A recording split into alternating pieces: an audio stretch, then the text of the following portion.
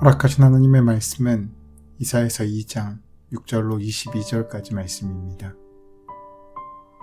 주께서 주의 백성 야곱 족속을 버리셨음은 그들에게 동방 풍속이 가득하며 그들이 블레셋 사람들 같이 점을 치며 이방인과 더불어 손을 잡아 언약하였음이라. 그 땅에는 은금이 가득하고 보화가 무한하며 그 땅에는 마필이 가득하고 병거가 무수하며 그 땅에는 우상도 가득하므로 그들이 자기 손으로 짓고 자기 손가락으로 만든 것을 경배하여 천한 자도 절하며 귀한 자도 굴복하오니 그들을 용서하지 마옵소서. 너희는 바위 틈에 들어가며 진토에 숨어 여호와의 위엄과 그 광대하심의 영광을 피하라. 그날에 눈이 높은 자가 낮아지며 교만한 자가 굴복되고 여호와께서 홀로 높임을 받으시리라. 대저 만군의 여호와의 날이 모든 교만한 자와 거만한 자와 자고한 자에게 임하리니 그들이 낮아지리라. 또 레바논이 높고 높은 모든 백향목과 바산의 모든 상수리 나무와 모든 높은 산과 모든 솟아오른 작은 언덕과 모든 높은 망대와 모든 견고한 성벽과 다시스의 모든 배와 모든 아름다운 조각물의 이말이니 그날에 자고한 자는 굴복되며 교만한 자는 낮아지고 여호와께서 홀로 높임을 받으실 것이요 우상들은 온전히 없어질 것이며 사람들이 암혈과 토굴로 들어가서 여호와께서 땅을 진동시키시려고 일어나실 때 그 위엄과 그 광대하심의 영광을 피할 것이라. 사람이 자기를 위하여 경배하라고 만들었던 은 우상과 금 우상을 그날에 두더지와 박쥐에게 던지고 암혈과 험악한 바위 틈에 들어가서 여호와께서 땅을 진동시키시려고 일어나실 때 그의 위엄과 그 광대하심의 영광을 피하리라. 너희는 인생을 의지하지 말라. 그의 호흡은 코에 있나니 샘할 가치가 어디 있느냐. 이사야는 이스라엘만을 위한 선지자가 아니라 국경을 넘어 열방에 대한 특별한 사명을 받은 선지자였습니다. 이스라엘이라고 해서 복의 메시지만 선포한 것이 아니라 또 이방 나라라고 해서 심판의 메시지만 선포한 것이 아니었습니다. 오늘 본문은 하나님께서 본래 이스라엘 백성들이 어떤 존재가 되기를 원하셨는지, 하지만 거기에 반한 지금 그들의 실상이 어떠한지를 잘 알려줍니다. 하나님께서는 이스라엘 백성들을 통해서 모든 나라 사람들이 여호와의 산에 올라와 하나님의 말씀을 듣고 그 말씀대로 살며 칼로 보습을 만들고 창으로 낫을 만들어 다시는 전쟁이 없는 영원한 평화의 세상에 대한 원대한 꿈을 갖고 있으셨습니다.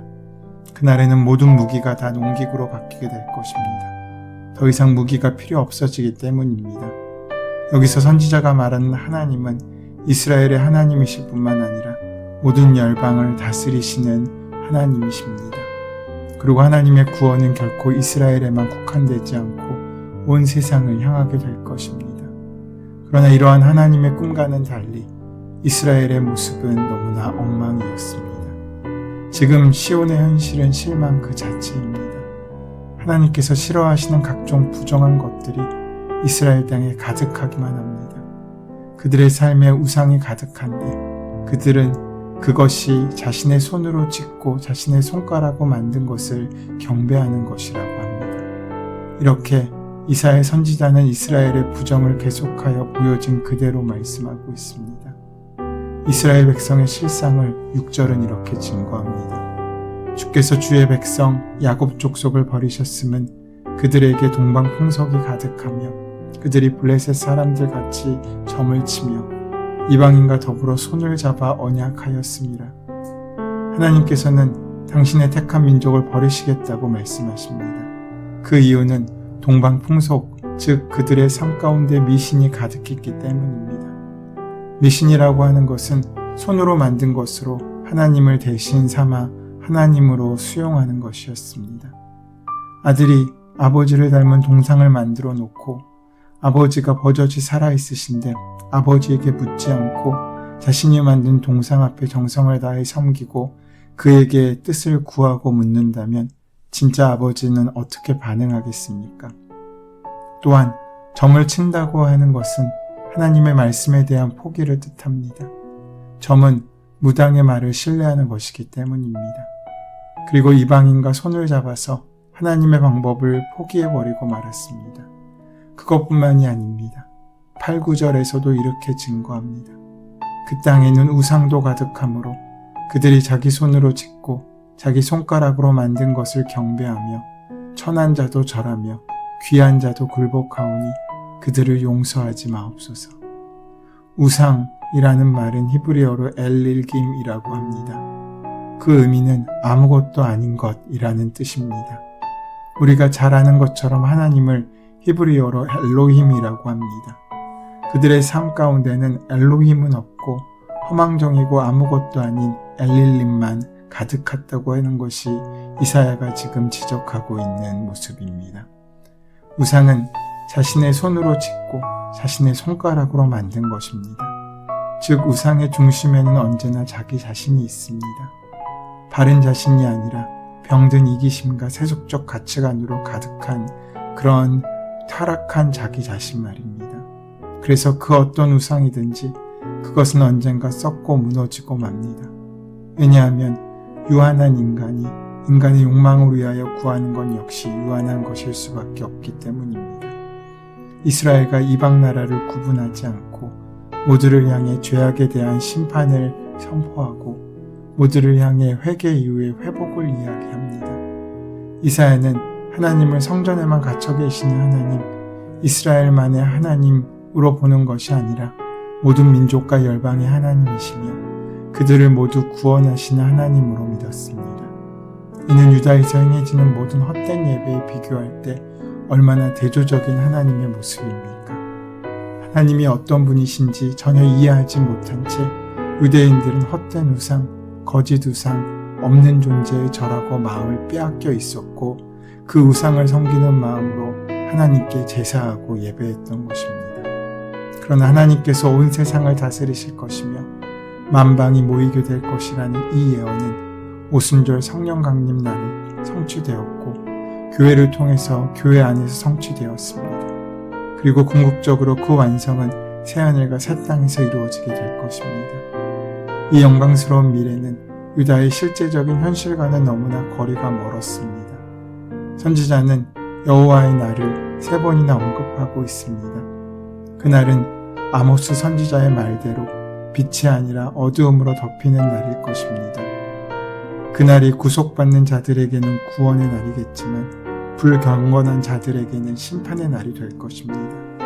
유다는 이러한 미래를 생각하지도 못한 채 미신과 하나님께 대한 거짓 충성, 부와 군사적인 병기들, 그리고 우상들로 가득한 모습으로 살아갔습니다. 유다는 여호와를 향한 신앙을 저버린 것입니다. 그렇다면 선지자가 말하는 이 영광의 날이 그들에게는 어떤 의미였겠습니까? 이날은 여호와의 위엄 앞에서 두려운 바위 틈과 암혈과 토굴에 숨어 떨어야 하는 날이 될 것입니다.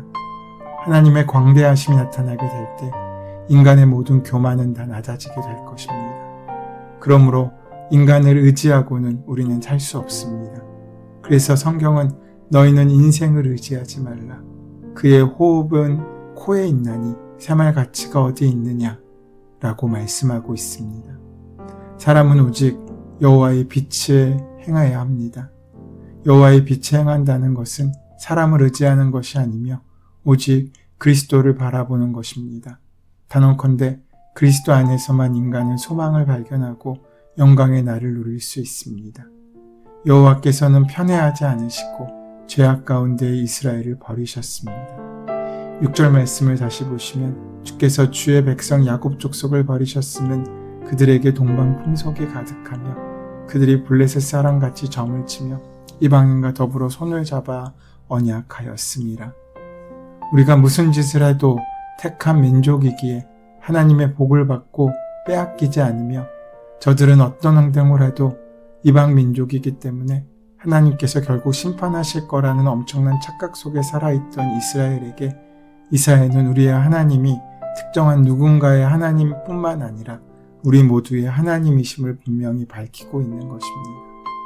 중요한 것은 모두 우리의 하나님을 참으로 공의롭게 다스리실 그때를 피할 수 없다는 것입니다.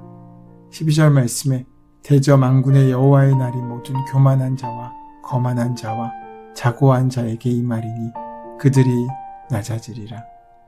만군의 여호와의 날, 이스라엘은 그날을 자신들이 높아지는 날이며 모든 민족 위에 뛰어나게 될 날이라고 착각하고 있지만 그날은 모두가 낮아지고 모두가 겸손해져서 오직 우리 하나님만이 높아지는 날이 될 것입니다.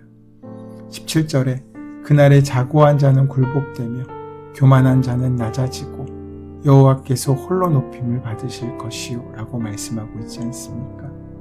우리는 모두 평화를 꿈꾸고 있습니다. 더 많은 것을 가지면 평화할까 하여 집안 곳곳 1년 내내 사용하지도 않을 물건들로 가득 채우고 냉장고는 검은 비닐봉투에 가득 들어있는 알지도 못하는 물건들로 채워져 가고 있습니다. 하지만 그래도 우리는 그렇게 많은 것을 가지고 있음에도 또 다른 새로운 것을 사 모으지 않습니까? 더 많은 것을 배우면 평화할까 하여서 이름 있는 학교를 앞다투어 들어가고 더 많은 자격증으로 우리의 삶을 도배합니다. 더 아름다워지면 평화할까 하여 값비싼 옷과 가방, 화장품으로 치장을 합니다. 더 높아지면 평화로울까 하여 힘과 권력을 따라가기도 합니다. 그러나 진정한 평화는 나는 낮아지고 우리 주님만 높아지는 것입니다. 낮아진 내가 결코 비천한 인생을 의지하지 않고 오직 하나님만을 의지할 때 비로소 우리 하나님이 우리에게 평화를 허락하실 것입니다. 오늘 본문의 마지막 22절 말씀을 세번역 성경으로 보시면 너희는 사람을 의지하지 말아라.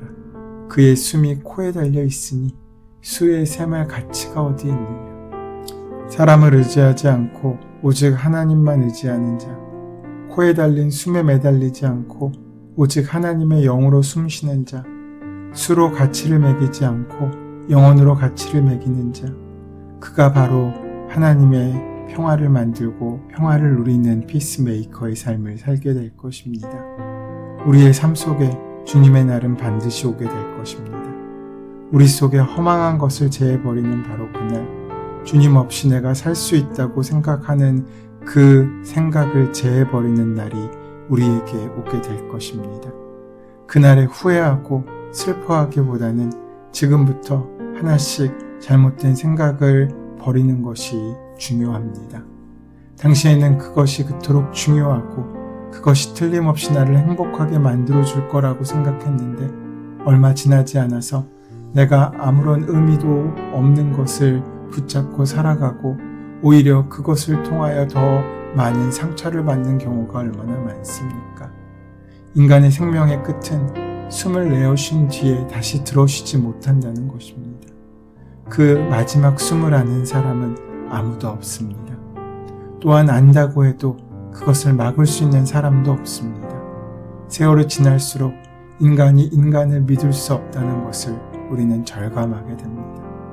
그러면 구체적으로 인생을 의지하지 않고 하나님만 신뢰하고 의뢰하는 삶을 산다는 것은 어떻게 사는 것을 의미합니까? 우리가 하나님의 선하신 빛 가운데 행하게 된다면 우리는 사람을 의지하지 않고 하나님께 의뢰하는 법을 배우게 될 것입니다. 시편 119편 105절에서 시편 기자는 이렇게 고백했습니다. 주의 말씀은 내 발의 등이요 내 길의 빛이시다. 그러니까 우리가 주의 말씀을 따라 살지 않고서는 그 빛 속으로 걸어갈 수 없다는 것입니다. 왜냐하면 하나님의 말씀이 빛이시기 때문입니다. 그러나 잊지 마셔야 하는 것은 우리가 하나님의 말씀의 빛을 따라서 살 수 있는 힘은 외적으로 오는 것이 아니라 우리의 내적으로 시작되는 것이라는 것입니다. 하나님을 의지하는 것은 누군가에 의해 주어지는 것이 아니라 내 안에 심어주신 복음의 씨앗을 정성껏 키워내 그 열매로 살아가는 것입니다. 우리가 날마다 말씀의 빛의 조명하에 살아갈 때 진리의 빛이 되신 그분께서 날마다 우리와 동행하심으로 말미암아 우리는 오직 하나님의 영으로 살아갈 수 있을 것이고 그때 우리는 이 시대에 하나님의 말씀을 온전히 대언하는 이 시대의 이사야가 될 수 있을 것입니다. 그 귀한 사명의 자리에 함께 하시고 이기시고 승리하시는 복된 삶을 살아가는 저와 여러분 되시기를 소원하고 축원합니다. 은혜의 주님, 우리가 매일 하나님의 빛에 거할 수 있게 하여 주시니 감사합니다. 오직 진리의 말씀이 우리의 빛이요 오직 주님만이 영원한 빛이심을 한순간도 잊지 않게 하셔 주시옵고 그 빛 가운데 거하며 살아갈 수 있도록 인도하시고 함께하여 주시옵소서. 예수님의 이름으로 기도드립니다. 아멘. 이제 오늘 이 아침 우리에게 허락하신 오늘 본문의 말씀이 지금 나에게 주신 하나님의 음성으로 만나지기 위하여 본문의 말씀을 깊이 묵상하시고 함께 기도하는 시간 가지도록 하겠습니다. 함께 기도합니다.